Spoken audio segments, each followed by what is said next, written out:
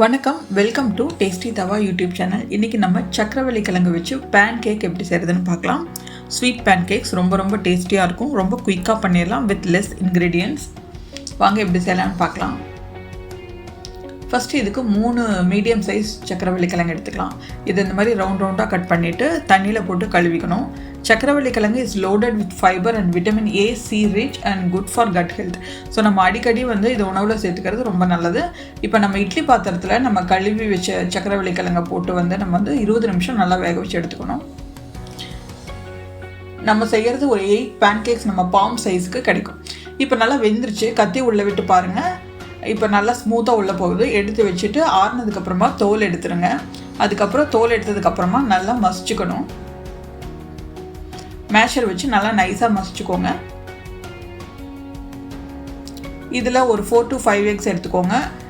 1 teaspoon ஏலக்காய் தூள், 5 teaspoon brown sugar எடுத்து நல்லா விஸ்க் பண்ணுங்கள்.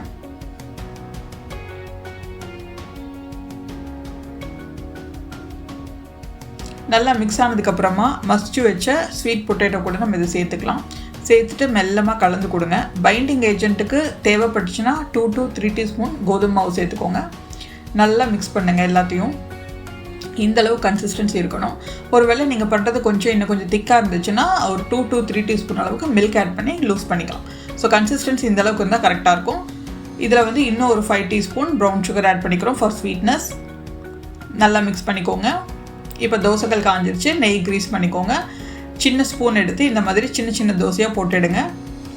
இதில் ஆல்ரெடி சக்கரவள்ளி கிழங்கு வெந்துருச்சு. எக்கு சீக்கிரமாக வெந்துடும். 2 சைடும் ப்ரௌன் ஆனதுக்கப்புறம் திருப்பி போட்டு வேக வைங்க. மூடி வச்சு வேக வைங்க. அப்போ தான் திருப்பி போடும்போது பிரியாமல் வரும். அவ்வளோதான், நம்மளோட ஸ்வீட் பேன் கேக் தயாராகிடுச்சு. மைல்டு ஸ்வீட்டோடு இருக்கும். அதனால் சர்வ் பண்ணும்போது ஹனி வச்சு சர்வ் பண்ணுங்கள். ரொம்ப டேஸ்டியாக இருக்கும். டெஃபினட்டாக ட்ரை பண்ணி பாருங்கள். Thanks for watching.